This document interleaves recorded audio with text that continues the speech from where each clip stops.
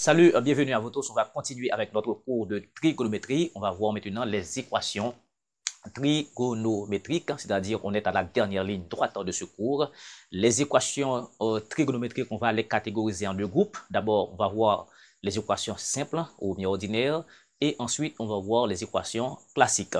Maintenant, on va dans la première partie essayer de voir les équations du type, par exemple, cosinus x, par exemple, égale à radical de 3 sur 2. D'accord? Des équations simples comme ça. Maintenant, quand on a cosinus x égale à radical de 3 sur 2, il faut sûrement trouver des x de r, d'accord, des x de r, tels que cosinus x sera toujours égal à radical de 3 sur 2. Et bien pour cela, comme on a déjà fait des cours sur le cercle trigonométrique, on va se référer sur le cercle trigonométrique. Maintenant, quand on a, entendu ici, on est à l'origine 0 ici, le cercle trigonométrique, d'accord, est de rayon 1, d'accord, dont le rayon des longueurs 1, et ici c'est moins 1. Par exemple, on a cosinus, ici c'est l'arc des cosinus, d'accord, et ici on a l'arc des cosinus, ici on a l'arc des sinus, d'accord. Eh bien, rapidement, puisqu'on a radical de 3 sur 2, radical de 3 sur 2 c'est à peu près 1, d'accord, c'est 0,86, quelque chose comme ça, d'accord, 0,86. Ok, maintenant, ce qu'il faut savoir, c'est que à chaque fois que vous avez cosinus x égale à quelque chose, et par exemple radical de 3 sur 2, ça va correspondre, d'accord, à un sinus, d'accord, un demi. Et cela se justifie à l'aide du tableau trigonométrique, d'accord, un simple tableau. Par exemple, ici, on a x, on a pi sur 6, pi sur 4, et puis pi sur 3, d'accord. Voilà, on a ça. Ici, pour sinus x, d'accord, et puis ici, cosinus x, d'accord, ici c'est 1 demi, radical de 2 sur 2, ici c'est radical de 3 sur 2, d'accord, pour cosinus x, ici c'est 1 demi, radical de 2 sur 2, d'accord, radical de 3 sur 2. Donc, vous remarquez que à chaque fois que vous avez cosinus x égale à radical de 3 sur 2, ça correspond à un sinus de 1 demi et ce x-là est égal à pi sur 6. Eh bien, normalement, puisque on a cosinus x égale à radical de 3 sur 2, eh bien, ça va correspondre à un sinus, d'accord, de 1 demi, d'accord, ce sera ici comme ça, d'accord, 1 demi ici. Eh bien, quand on a ça, 1 demi ici, et voilà, ici c'est radical de 3 sur 2. Donc, ça veut dire à chaque fois que vous avez cosinus égale à radical de 3 sur 2, ça va correspondre à un sinus de 1 demi. Et bien, rapidement, sinus de 1 demi, d'accord, c'est la moitié ici. OK, et voilà. Donc, tout ceci, c'est sinus 1 demi, d'accord. Et bien, ça va correspondre rapidement à radical de 3 sur 2. Voilà. Et bien, nous avons là un angle. OK. Nous avons un angle là, ok, ici, et voilà, et tout ceci, puisque c'est un angle au centre, d'accord, et bien ici, ce sera pi sur 6, d'accord, radical de 3 sur 2, ici, d'accord, va correspondre à pi sur 6, et normalement, donc cosinus pi sur 6, qui est égal à radical de 2 sur 2, c'est égal à sinus pi sur 6, c'est égal à 1 demi.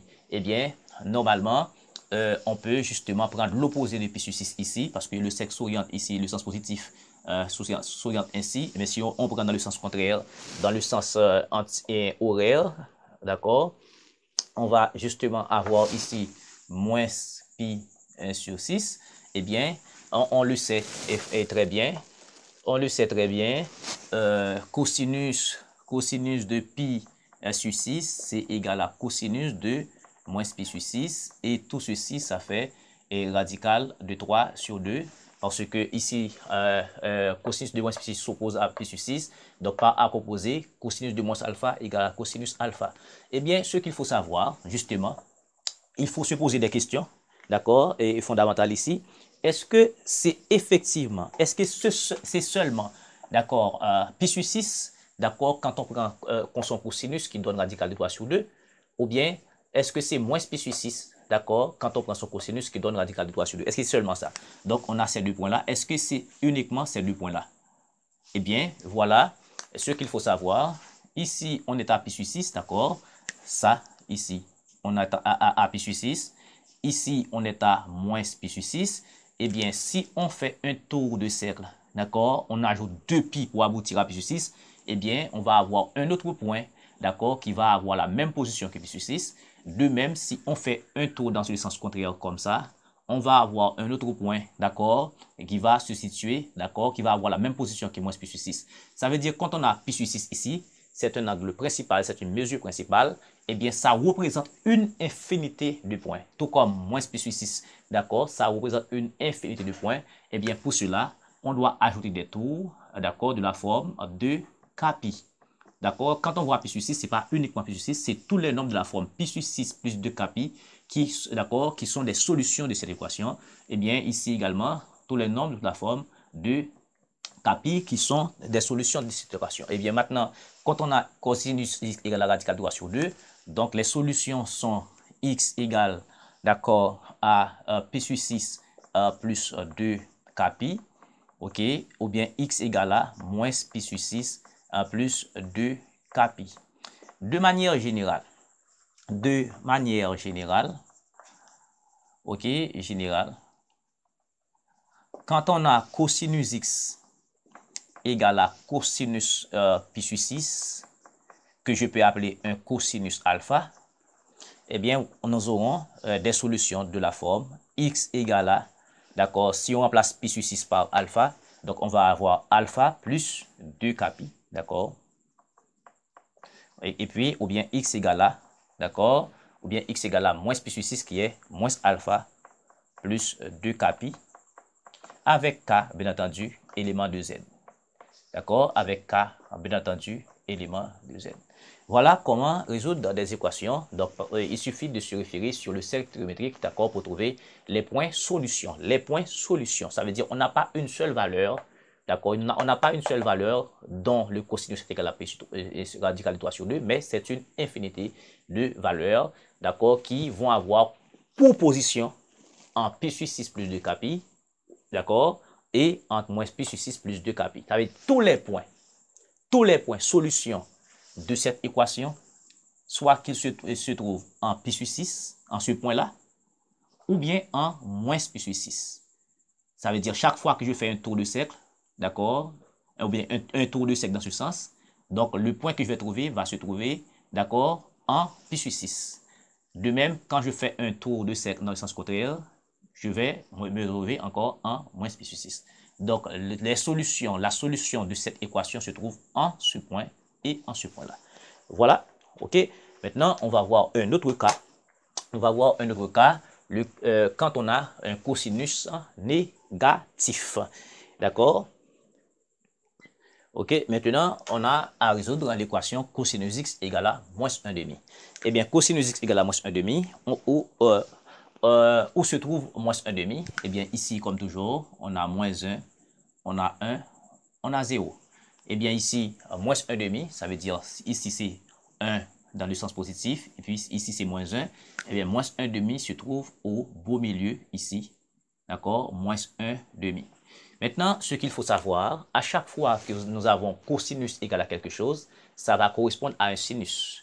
Eh bien, d'accord? Eh bien, voilà, si on a cosinus égal à moins 1 demi, on va avoir soit, parce que à chaque fois que vous avez cosinus égal à radical de 3 sur 2, ça va correspondre à un sinus. Et bien, à chaque fois que vous avez cosinus égal à 1,5, ça va correspondre à un sinus de radical de 3 sur 2. Eh bien, ça peut être, puisqu'on a un moins, donc ça peut être aussi moins radical de 3 sur 2. Eh bien, ici, je prends ici, voilà, ça c'est pour sinus radical de 3 sur 2. C'est comme si ces angles-là, ces valeurs-là marchent de pair. Donc ici, on va avoir radical de 3 sur 2. OK? Eh bien, je peux trouver un angle de base. C'est-à-dire là, puisque j'ai radical de 3 sur 2, mais radical de 3 sur 2 correspond à quoi? Ça correspond, je dirais, pour sinus à 1 pi sur 3. Et bien rapidement, ça va nous donner ici, ok, ça va nous donner ici 1 pi sur 3, d'accord, que je vais devoir projeter ici, ok. Et puis, ça me donne quoi? Un angle. Ça me donne un angle, d'accord. Voici. Donc, tout ceci là, c'est x, d'accord, qui correspond à pi sur 3. Donc maintenant, on a besoin de quoi? On a besoin de, alors ça c'est pi sur 3, un angle de base pour sinus. Lorsque cosinus x égale à moins 1,5, je vais avoir un autre angle en sinus qui correspond à pi sur 3. Mais je veux quoi? Je veux justement cosinus x égale à moins 1,5.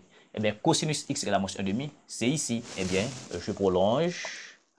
D'accord? Voilà. OK? Eh bien, ça va me donner tout justement ici les deux points. D'accord? Solution. D'accord? Lorsque cosinus égale à moins 1,5. Donc, cosinus égale à moins 1,5, je suis ici ou bien je suis ici. C'est uniquement ça. D'accord? Eh bien, qu'est-ce qu'il faut faire? Pour trouver ce point-là pour cosinus, eh bien, vous voyez, le sexe oriente dans ce sens. Ici, c'est pi. Ici, c'est pi sur 2. Eh bien, non, justement, ce point va correspondre à pi moins pi sur 3. Vous savez pourquoi? Parce que tout ceci-là, c'est pi. Donc, on fait dans le sens contraire. Il faut soustraire pi sur 3. Donc, tout ceci-là, tout cet angle-là, toute cette valeur-là va correspondre, d'accord, à pi moins pi sur 3. Eh bien, ici, d'accord, pi moins pi sur 3, ça fait 2 pi sur 3. Donc, lorsque x égale à 2 pi sur 3, cosinus x sera moins 1,5. Et lorsque, par exemple, si je prends dans le sens comme ça fait 2 pi sur 3, et son symétrique, ce sera ici. D'accord, si je prends dans le sens contraire, je vais avoir ici moins 2 pi sur 3. Eh bien, mais ce qu'il faut savoir, que ce soit cosinus x égale à 2 pi sur 3, ça va donner moins 1,5. Que ce soit x égale à moins, cosinus égale à moins 2 pi sur 3, ça va donner moins 1,5. Mais ce ne sont pas des valeurs uniques. Pour cela, il faut ajouter un 2k pi. D'accord? Et ici également, il faut ajouter un 2k pi. OK? Donc, à cela, ce sont les solutions. D'accord? Ce sont ces solutions-là. Ça veut dire, on va avoir x égale comme solution 2 pi sur 3 plus 2k pi, ou bien x égale à moins 2 pi sur 3 plus 2k pi, et puis k élément de z. Ça veut dire quoi? Ici, en ces deux points-là, en ces deux points uniquement, mais qui représentent une infinité de valeurs, d'accord, pour lesquelles on aura cosinus et la moins 1,5. Donc, c'est en ces deux points-là. D'accord? Donc, ce qu'il faut retenir, comme toujours, à chaque fois que vous avez cosinus x égale à 1,5, ça va correspondre à un sinus égal à radical de 3 sur 2. Ça peut être positif ou négatif sur le cas. Eh bien, c'est le cas ici. On a cosinus x égale à moins 1,5. Mais quand je dis moins 1,5, ça va correspondre à un sinus de radical de 3 sur 2 ou bien moins radical de 3 sur 2 ici. D'accord? Ça peut être aussi moins radical de 3 sur 2 ici. Voilà. Et c'est simple que cela. Moins radical de 3 sur 2 ici. Eh bien, je sais, quand j'ai radical de 3 sur 2 pour sinus, donc ça va correspondre à un x de pi sur 3. Mais on a notre pi sur 3 ici. OK? Eh bien, voilà. Eh bien, pour trouver notre cosinus ici en ce point, d'accord, qui correspond à moins 1,5, je n'aurai qu'à soustraire moins pi sur 3 à pi, d'accord? Donc, c'est pi moins pi sur 3 qui est là. Ça veut dire moins ce petit intact ici. OK? Donc, si vous voulez vous faire autrement, là, si ça est pi sur 3, d'accord, eh bien, son opposé, ce sera moins pi sur 3. Et puis, ça va faire ici moins 2 pi sur 3. D'accord? Dans le sens contraire. Bon, voilà, il y a plein de façons de montrer donc l'ensemble des solutions. Maintenant, on va résoudre maintenant l'équation sinus x égale à radical de 3 sur 2. OK? OK, maintenant, on a à résoudre l'équation ici, sinus x égale à radical de 3 sur 2. Eh bien, sinus x égale à radical de 3 sur 2, comme toujours, à chaque fois que vous avez sinus x égale à radical de 3 sur 2, ça va correspondre à un cosinus, d'accord, égal à 1 demi. Eh bien, regardez, sinus x égale à radical de 3 sur 2, ça va correspondre à un cosinus égal à 1 demi. Ici, on va avoir 1 demi. OK? Eh bien, 1 demi, et quel est donc cet angle? Eh bien, ce sera pi sur 3. Eh bien, pi sur 3, ce sera ici. D'accord? Voilà, ce sera ici. Eh bien, là, on va avoir, OK, pi sur 3 ici. On va avoir pi sur 3 pour cosinus, d'accord? Mais on veut quoi? On veut on veut les valeurs de sinus. Eh bien, pour cela, ok, il faut mener des valeurs pour sinus. Eh bien, ici, voilà, on a une valeur pour sinus ici qui correspond à radical de 3 sur 2. Ok? Eh bien, est-ce que c'est uniquement ça?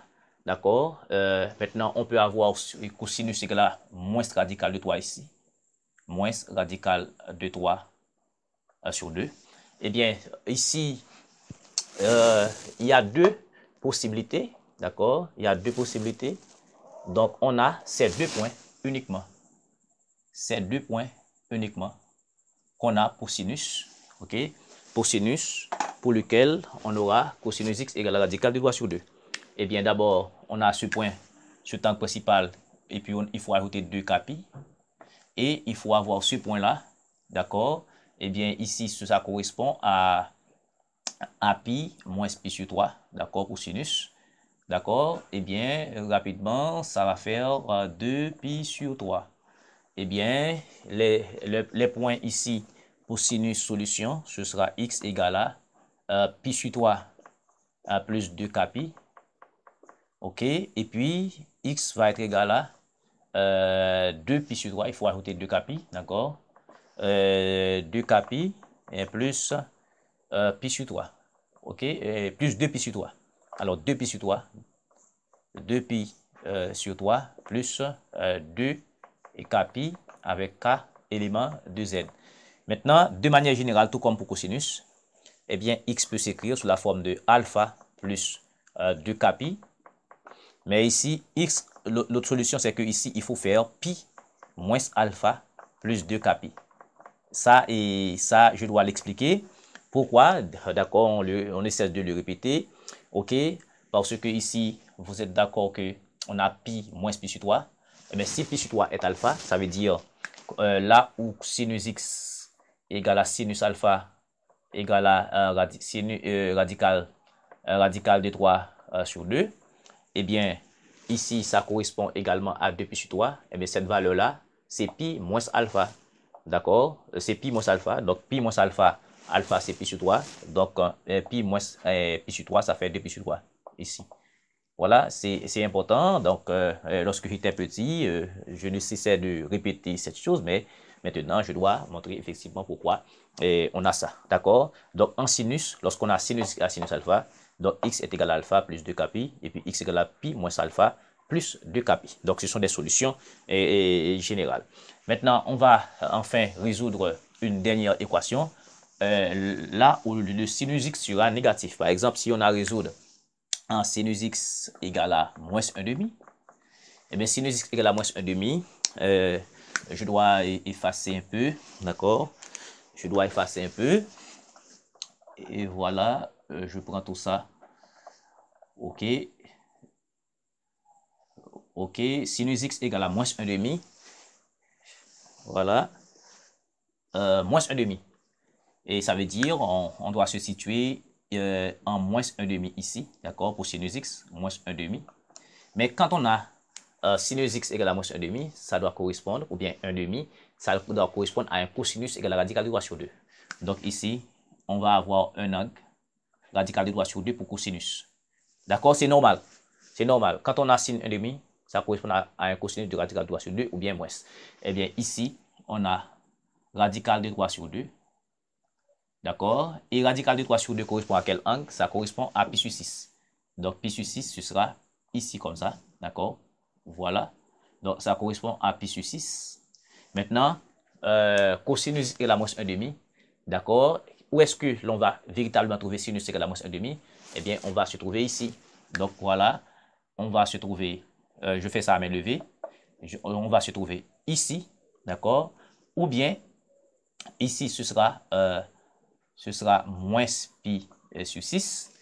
D'accord? En ce point-là, d'accord? Sinus x sera négatif. Ou bien, je peux, d'accord, me situer encore en ce point-là. D'accord? Eh bien, ce point est quoi? Quel est donc ce point? Eh bien, ici, c'est pi sur 6. D'accord? Eh bien, en ce point-là, on doit avoir quoi? Parce que, par exemple, ici, je dois retirer. Ok, si ici, ok, on a pi sur 6, d'accord? Eh bien, ici, on va avoir 5 pi sur 6, vous êtes d'accord? On a ce qui correspond à pi moins pi sur 6. Eh bien, l'angle opposé sera ici, ce sera moins 5 pi sur 6. Donc, ça veut dire, en ces deux points-là, le sinus sera négatif. Donc, ici, nous aurons, bien entendu, il faut ajouter toujours un 2k pi. Il faut ajouter toujours un 2k pi. Donc, l'ensemble solution x sera ici moins pi sur 6, d'accord, plus 2k pi. Ou bien x égale à moins 5 pi sur 6 plus 2k pi. OK? Avec k élément de z.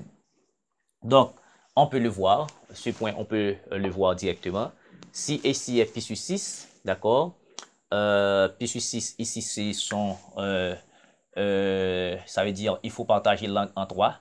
D'accord? Si ça, bien entendu, ça doit être comme ça ici, en ce point-là. D'accord? En ce point-là, on aura moins pi sur 6 ici. D'accord? On aura moins pi sur 6 ici. D'accord? Ici, ce sera moins 2 pi sur 6. D'accord? Moins 2 pi sur 6. D'accord? Et puis, ce qui correspond à moins pi sur 3. Et ici, sera moins 3 pi sur 6, qui correspond à moins pi sur 2. D'accord? Et puis, ici, ça va correspondre à moins 3 pi sur 6. Ici, au milieu, ça va faire moins 4 pi sur 6. Et puis, en ce point-là, ça correspond à moins, d'accord? Ça correspond à moins, d'accord? À moins 5 pi sur 6. Ça veut dire ici, d'accord, c'est pi sur 6. Eh bien, ici, c'est moins pi sur 6, moins 2 pi sur 6, moins 3 pi sur 6, moins 4 pi sur 6, moins 5 pi sur 6.